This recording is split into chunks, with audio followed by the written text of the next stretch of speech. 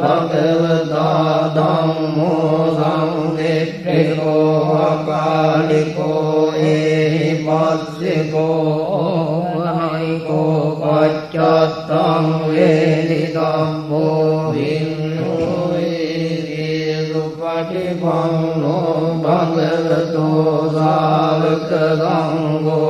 Ujupatipanno Bhagavato Savaka Sangho Nyaya Patipanno Bhagavato Savaka Sangho Yatitam Chattari Purisa Yugani Atta Purisa Puggala Esa Bhagavato Savaka Sangho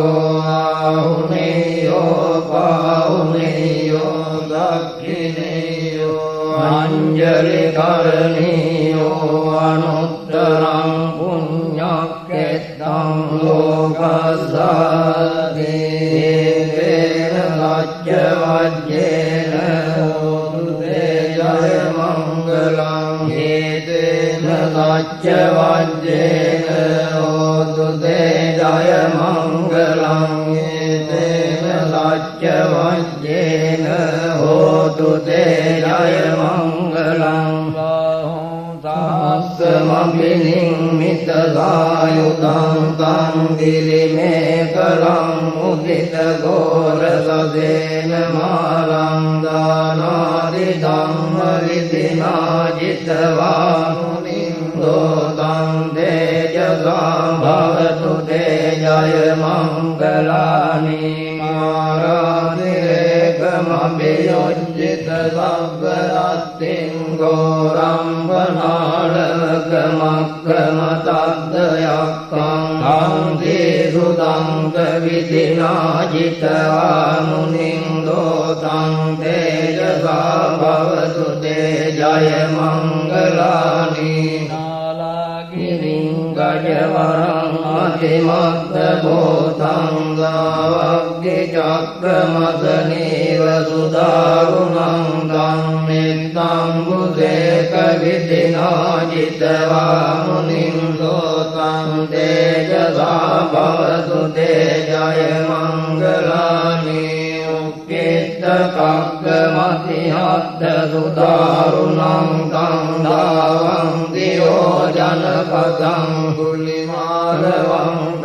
Niddevikam Katamano Jitavamunim Dotam Tejasa Bhavatu Tejaya Mangalani Kattana Kattamudaram Iva Gabbiniyajim Jaya Dutta Vajanam Janakaya Majje Vantena Soma Vidina Jitavamunindo Tam Tejasa Bhavatu Tejaya Mangalani Rajam Vihaya Matirajjakavadake Tungvata Viropitamaham Atiyanda Bhutam Vanyapadi Vajanito Jitavamunindo Tam Tejasa Bhavatu Tejaya Mangalani Andopananda Bhujagam Vibhudam Mahidvim Buddhena Tera Bhujagena Dhamapayamto Iddopadesa Vidina Jitavamunindo Tam Tejasa Bhavatu Tejaya Mangalani Yogadette Bhujagena Sudaddhatam Brahmam Viduddhi Jyotimiddi Bhakavidanam Jnanagadena Vidina Jitavamunindo Tam Tejasa Bhavatu Tejaya Mangalani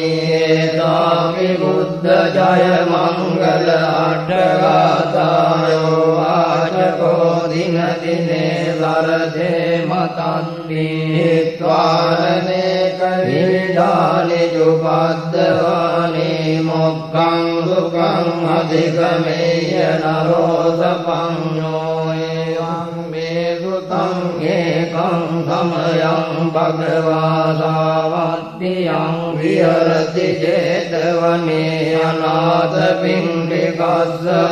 Arame Atha को अन्यतरा देवता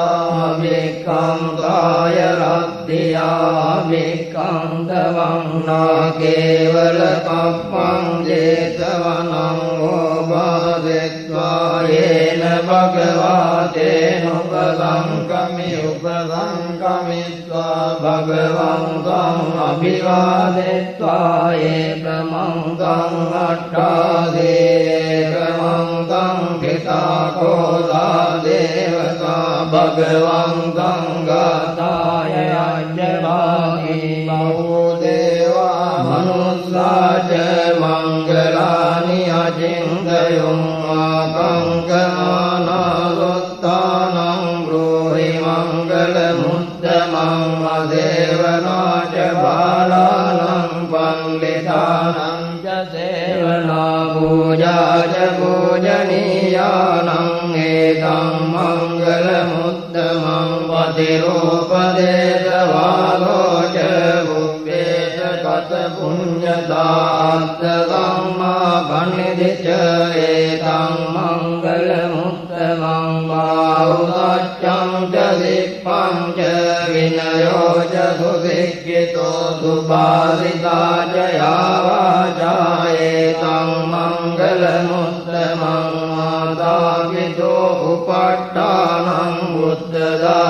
बुद्धदारस्वसङ्गहो अनाकुला च कम्मङ्का एतं मङ्गलमुत्तमम् मानं च धम्मचर्या च ज्ञातकानं च गङ्गहो अनवज्यानि कर्माणि एतं मङ्गलमुत्तमम् आरति विरति पापमज्जपाला च संयमो अपमादो च धम्मेषु एतं मङ्गलमुत्तमम् गारवो च निवातो च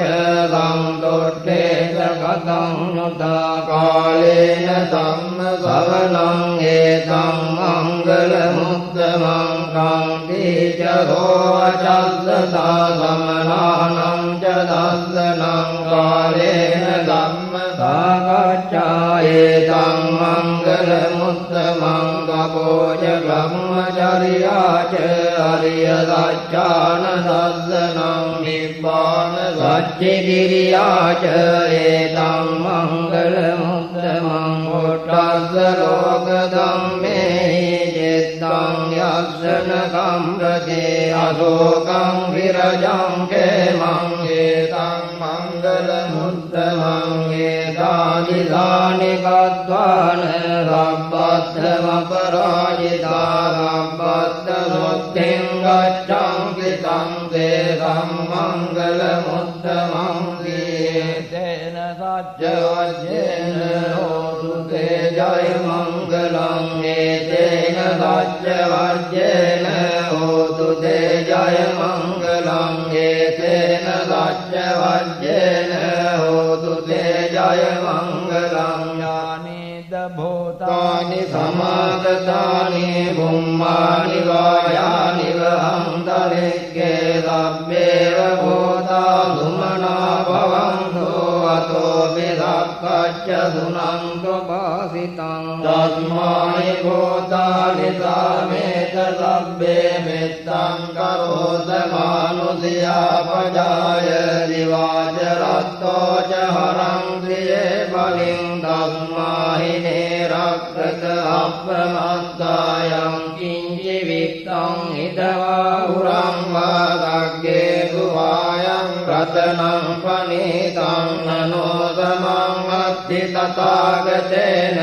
इदं विबुद्धे रतनं पनीतं एतेन राज्येन सुहत्ययो दोपयं विरागम् अमृतं पनीतं यदज्जगादज्ञमुनिरमाहितो न तेन धम्मेन समत्रि किञ्चिदं विदं मे रत्नं पनीतं एतेन राज्येन सुहत्ययो दूयं बुद्धविष्ठो परिवन्नये रुचिं गमादिमानं दरिकन्यमाहो रमादिनादेन समो न विद्य विद्यतेदं विदं मे रत्नं पणितं एतेन सच्चेन सुवद्भियोतो ये पुग्गला अष्टशतं वसत्ता चत्वारि एतानि युगानि हुन्ते ते दक्षिणेया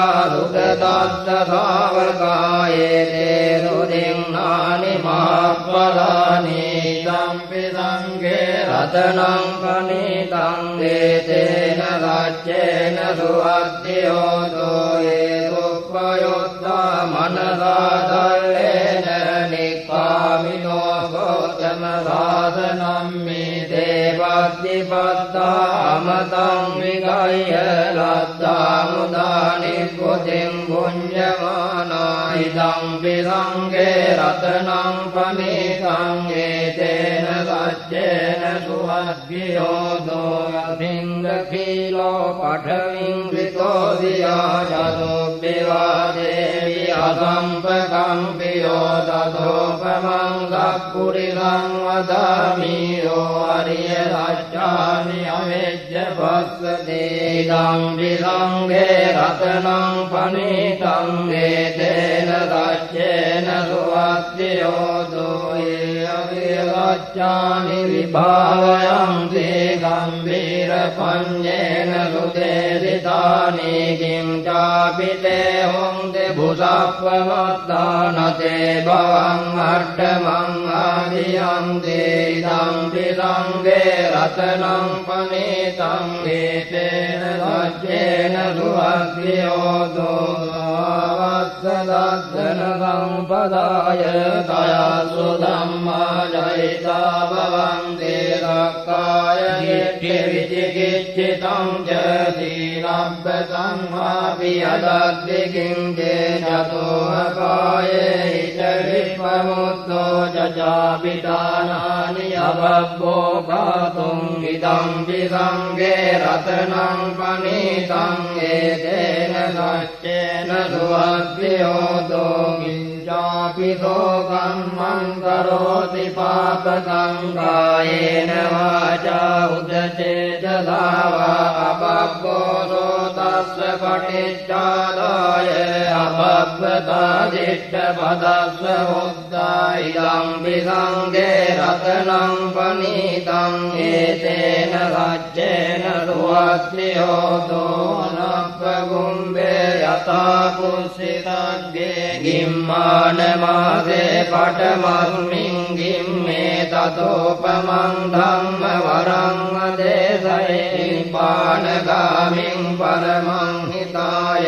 इदं विबुद्धे रत्नं पणितं एतेन सच्चेन सुवद्भियोतो वरो वरण्यो वरदो वरहरो अनुत्तरो धम्मवरम् अदेशयिदं विबुद्धे रत्नं पणितं एतेन सच्चेन सुवद्भियोतो क्षीरं पुराणम् अवन्नत्तिदं भवं विरक्तचित्तायति केवलमिन्द्रेकीन बीजाविर्मुनिच्छन्दानि पङ्क्ति धीरायतायं प्रदीपो इदं विसङ्गे रत्नं पणितं एतेन सच्चेन सुवद्भियोतो यानि भूतानि समागतानि पुम्मानि वायानि वहन्तलिके तथागतं देवमनुष्यपूजितं बुद्धं नमस्साम सुवद्भियोतो यानि भूतानि समागतानि पुम्मानि वायानि वहन्तलिके तथागतं देवमनुष्यपूजितं धम्मं नमस्साम सुवद्भियोतो यानि भूतानि समागतानि पुम्मानि वायानि वहन्तलिके तथागतं देवमनुष्यपूजितं संघं नमस्साम सुवद्भियोतो एतेन सच्चवाक्येन दुःखवोपगमिन्तु ते एतेन सच्चवाक्येन भयोपगमिन्तु ते एतेन වච්ච වච්චේන රෝගා උපසමින්තු තේ සාදු සාදු සාදු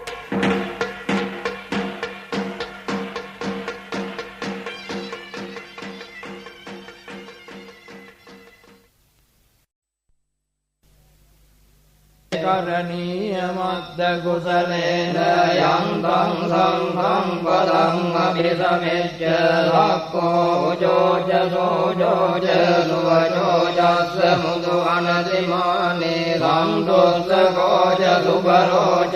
අප්පකිච්ඡෝජ සල්ලෝක වොත්තේ සම්තින්ද්‍රයෝච නිපකෝජ අප්පගබ්බෝ කුලේසු අනනුවිද්දෝ නච කොද්දං සමාචරේ කිංචේන විඤ්ඤෝ පරේ උපවදේයං සුඛිනෝ වාගේමිනෝ හොන්තෝ සබ්බේ සත්තා භවන්තු සුඛිතාත්තා යේගේ ජීවාන භූතස්සේ දසාවතාවරවා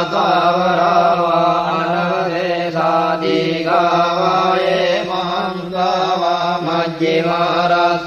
මජ්ජිමාරස්සකානුකසෝලා දිට්ඨාවායේව අද්දෙට්ඨායේ චදෝරේ වසන්ති අවිදූරේ භූතාවා සම්භවේ දීවා සබ්බේ සත්තා භවන්තු සුඛිතාත්තා නපරෝ පරං නිකුබ්බේත ඥාතිමඤ්ඤේත කත්තචිනං පංචේ ව්‍යාරෝසනා පටිග සංඥානාඤ්ඤමඤ්ඤස්ස දුක්ඛමිච්ඡේය මාතායතානියං බුද්ධං ආයුදායේත බුද්ධ මනුරක්ඛේ එවං විදබ්බ භූතේනෝ මාන සම්භාවයේ අපරිමාණං මෙත්තං ච ලබ්බ ලෝකස්මින් මාන සම්භාවයේ අපරිමාණං මුද්දං අතෝ ච දිරියං ච අසම්බාධං අවේරං අසපත්තං දෙට්ඨං චරං නිදින්නෝ වාදයානෝ ආයාව සස්ස විකතමිද්දෝ ඒකං සතින් අදිට්ඨේය බ්‍රහ්මමේ සංවිහාරං ඉදමාහෝ දෙට්ඨං ච අනුපගම්ම සීලවාදස්සනේන සම්පන්නෝ ගාමේසු විනය්‍යගේ ධම්මයි ජාතු කප්පදේයං පුනරේති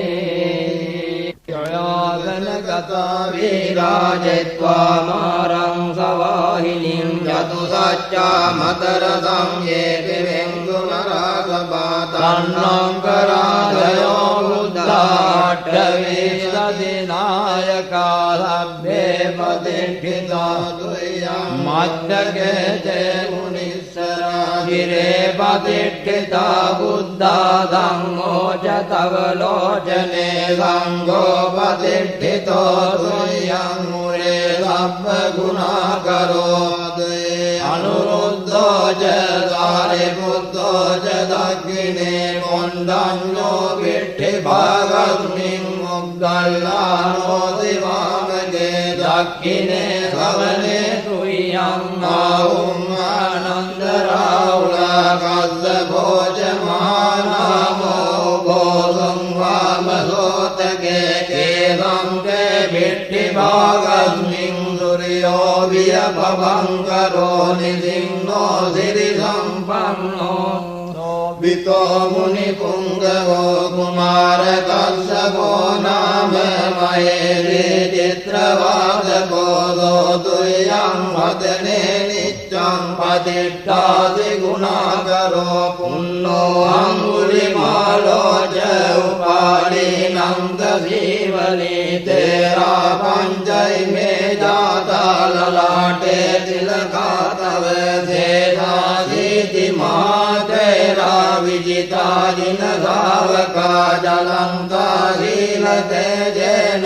අංගමංගේ සුසංඨිතා රතනං පුරතෝ ආදී දක්ඛිනේ මෙත්ත සුත්තකං දජග්ගං වච්චතෝ ආදී වාමේ අංගුලිමාලකං කන්ද මෝර පරිත්තං ච ආඨානාටිය සුත්තකං ආකාසච්ච ධනං ආදීසේ සාපාකාර සංගිතා ජිනානා බල සංයුත්තේ ධම්මපාකාර ලංකතේ වසතෝ තේ චතුගිච්ඡේන සදා සම්බුද්ධ පංජරේ වාත පිත්තාදි සංජාතා බාහිරජ්ජතු පද්දවා අසේසා විලයං යංකෝ අනන්ත ගුණ තේජසාදින පංජර මජ්ජට්ඨං විරංගං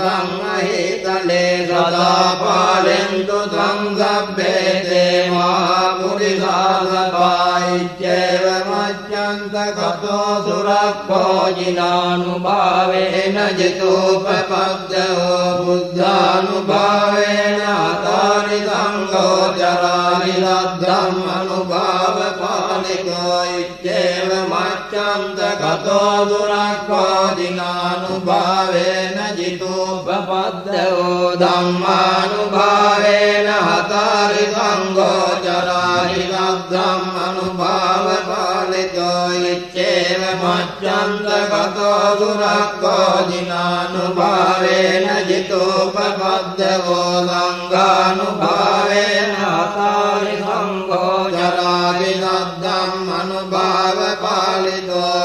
ධම්ම පාකාර පරිග්ගතෝ දේ අට්ඨාරියා අට්ඨ දිසාසු අංගේ තංතරේ අට්ඨනාතා භවන්තේ උද්දං විදානං වජිනාඨිතා මේ බින්දන්තෝ මාරසේනං තව දිගදිතෝ බෝධි මාරුය සත්තා මොග්ගල්ලානෝ දිවාමේ වසති භුජටේ දක්ඛිනේ සාරිපුත්ත ධම්මෝ මජ්ජේ උරස්මින් විහෙරති භවතෝ මොක්ඛදෝ මෝරයෝ නිම්හම්පත්තෝ බෝධිලත්තෝ චරණ යුගගතෝ භානුලෝකේ කනාතෝ සබ්බාව මංගලමුපද්දව දුන්නිමිත්තං සබ්බීති රෝගගාදෝ සමදේතනින්දා සබ්බංකරාය භයලොස්සුපිනං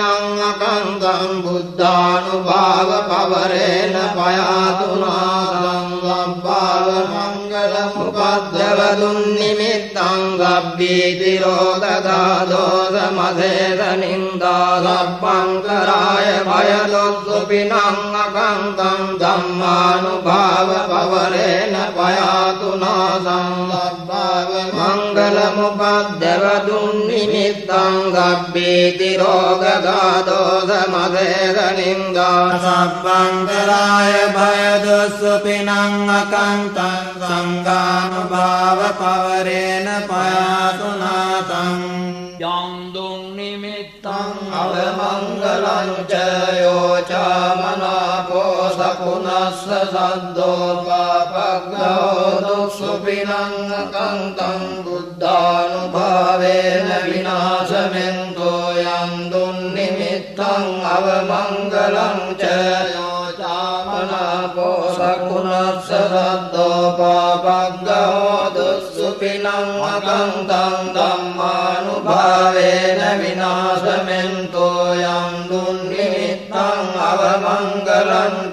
යෝ චාමනාපෝ සකුණස්ස සද්දෝ පාපග්ගෝ දුස්සුපිනං අකංතං රංගානුභාවේන විනාශමෙන්තෝ දුක්ඛප්පත්තාච නිදුක්ඛා භයප්පත්තාච නිබ්බයා ශෝකප්පත්තාච නිස්සෝකා හොන්තු සබ්බේපි පානිනෝ සම්පේසු චක්කවාලේසු යක්ඛා දේවාච බ්‍රහ්මනෝ යං අම්මේ කතං පුඤ්ඤං සබ්බ සම්පත්ති සාධකං සබ්බේතං අනුමෝදිත්වා සමග්ග සාසනේන තාපමාදරයිතා හුන්තෝ ආරක්ඛාසු විශේෂතෝ සාසනස්ස ච ලෝකස්ස උද්ධේ භවතු සබ්බදා සාසනං පිච ලෝකං ච දේවා රක්ඛන්තු සබ්බදා සත්තිං හොන්තු සුඛී සබ්බේ පරිවාරේ යත්තනෝ අනේකා සුමනා හොන්තෝ සබ්බේ ඥාතිභී රාජතෝ වා චෝරතෝ වා මනුස්සතෝ වා අග්ගිතෝ වා උදකතෝ වා පිසාචතෝ වා කානුකතෝ වා කණ්ඨකතෝ වා නක්ඛත් गतो वा जनपदो गतो वा सद्धम्मतो वा असंदिष्टितो वा असत्पुरुषतो वा चण्डहस्तिहस्तमिघगो न कुक्कुर ऐविच्यकमणिदप्पदीपी राज्यधराज्यभूकरमैदयक्करक्कसाधी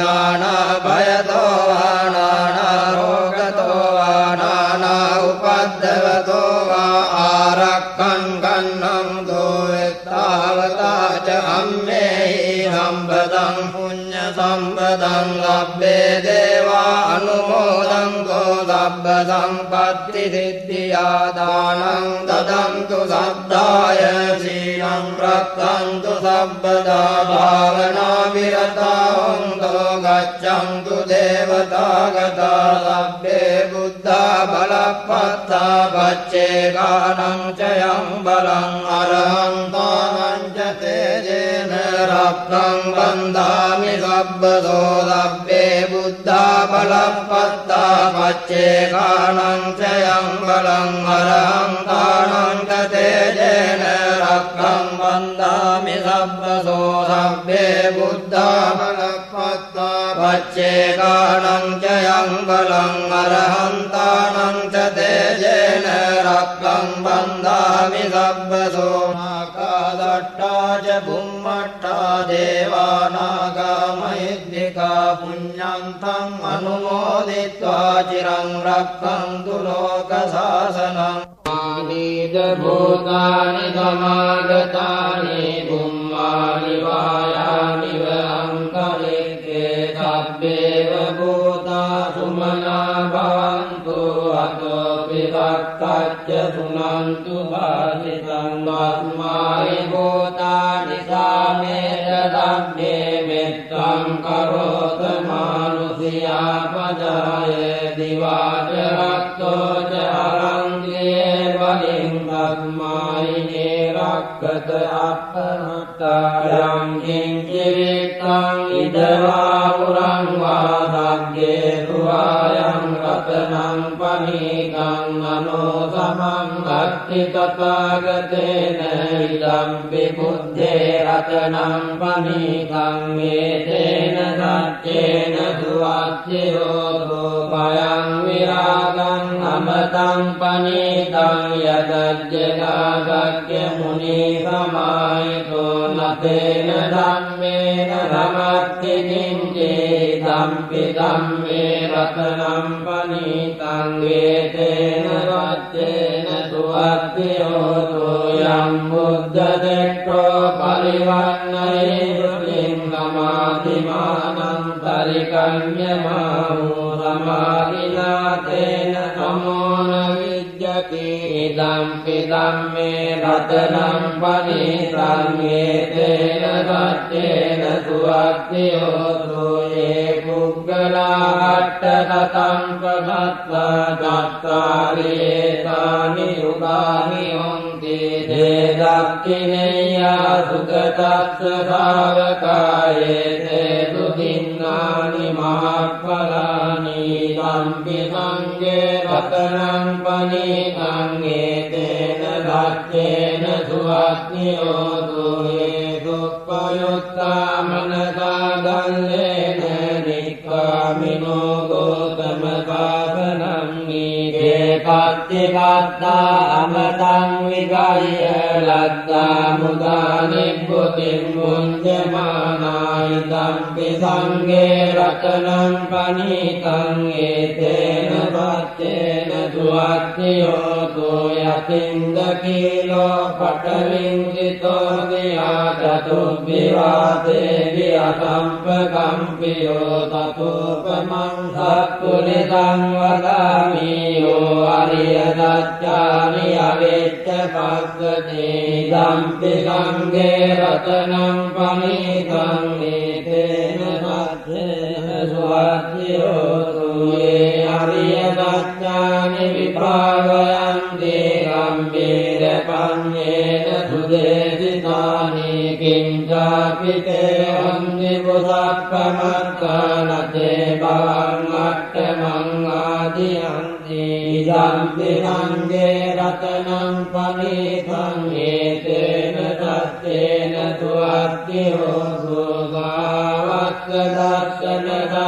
පදාය දයත්සු ධම්මචරිතා භවಂತಿ සක්කාය දිට්ඨි විචිකිච්ඡිතං සීලබ්බතං වාපි අදත්ති කිංචි තතෝ අපායේ චෛක්කමුත්තෝ ජජාමිතානානි අබ්බෝ කාතුං ඉදං පිලංගේ රතනං පනිතං ඒතේන සච්චේන සුවත්තියෝ දුකින්චාපි ලෝකම්මං කරෝති පාපකං කායේන වාචා උදචේතසා වා බබ්බෝ සෝතස්ස පටිච්චාදාය බබ්බදා දික්ඛ පදස්ස උද්ධායිතං පිලංගේ රතනං පනිතං ඒතේන සච්චේන සුවත්තියෝ අනප්පකුම්මේ යථා පුස්සිතග්ගේ නිම්මාන වාසේ පඨමස්මින් ගිම්මේ තතුපමං ධම්ම වරං අදේශයි නිබ්බාන ගාමින් පරමං නිකාය ඉදම්පි බුද්දේ රතනං පනිතං ඒතේන සච්චේන සුවත්තියෝ වරෝ වරඤ්ඤෝ වරදෝ වරාරෝ අනුත්තරෝ ධම්ම වරං අදේශයි ඉදම්පි බුද්දේ රතනං පනිතං ඒතේන සච්චේන සුවත්තියෝ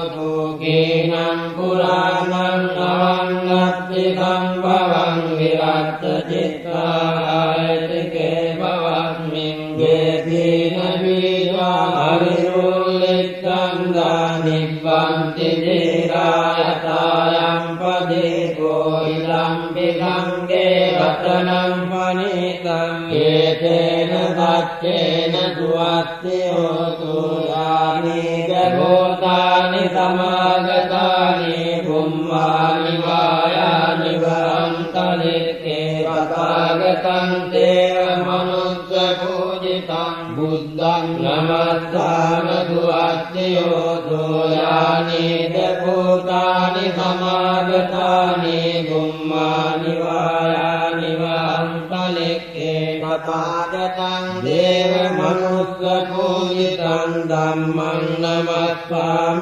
සුවත්තියෝ තුයානීග භූතානි සමාගතානි බුම්මානි වායානි වන්තලික්කේ පතාගතං දේව මනුස්ස පූජිතං සංඝං නමස්සාම සුවත්තියෝ තුයේතේන සච්ච වජ්ජේන නබ්බ දුක්ඛං විනස්සතු ඒතේන සච්ච වජ්ජේන සබ්බ භයෝ විනස්සතු ඒතේන සච්ච වජ්ජේන සබ්බ රෝගෝ විනස්සතු මරණීය මත්ත කුසලේන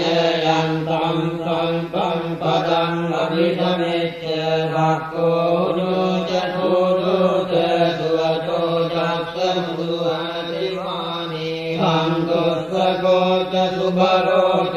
අක්ඛගිච්ඡෝච සල්ලෞකවුත්තේ ගම්දින්දයෝච නිපකෝච සප්පගබ්බෝ කුලේසු අනනුගිද්දෝ නච බුද්ධං සමාචරේ කිංචේන විඤ්ඤෝ පරේ උපවදේයං සුඛිනෝ වාකේමිනෝ සබ්බේ සත්තා භවන්තු සුඛිතත්තා යේකේති පාන භූතත්තේ තථාවාතාවරාවානවදේනාදී කාවායේ මහංකාවා මජ්ජිමාරක්ඛකානුකතෝලා දිත්තාවායේ වද්දිත්තායේ ච දූරේ වතන්ති අවිදූරේ භූතාවා සම්භවේති වාසබ්බේ සත්තා භවන්තු සුඛිතත්තාන පරෝ පරං නිකුබ්බේත නාති මන්නේත කත්තචිනං කංචීකාරෝසනා පටිගකම්ඥානාඤ්ඤ මඤ්ඤස්ස දුක්ඛමිච්ඡේය මාතායතානියං පුත්තං ආයුධා ඒක පුත්ත මනුරක්ඛේ එවං පි සබ්බ භූතේසු මාන සංභාව अपरिमाणं मेत्तं च सर्वलोकस्मिन् मान संभावये अपरिमाणं उद्धं वदो च तिर्यं च असंबाधं अवेरं असपत्तं दिट्टं चरं विदिन्नो वासयामो आयावतस्व विगतमिद्गो एतं सतिं अनित्यय ब्रह्ममेतं विहारं विदमाहो दिष्टिं च अनुपलम्मशीलवादर्शनेन सम्पन्नो कामेषु विनय्य वेदं नैषा तु गर्भशय्यं पुनरेति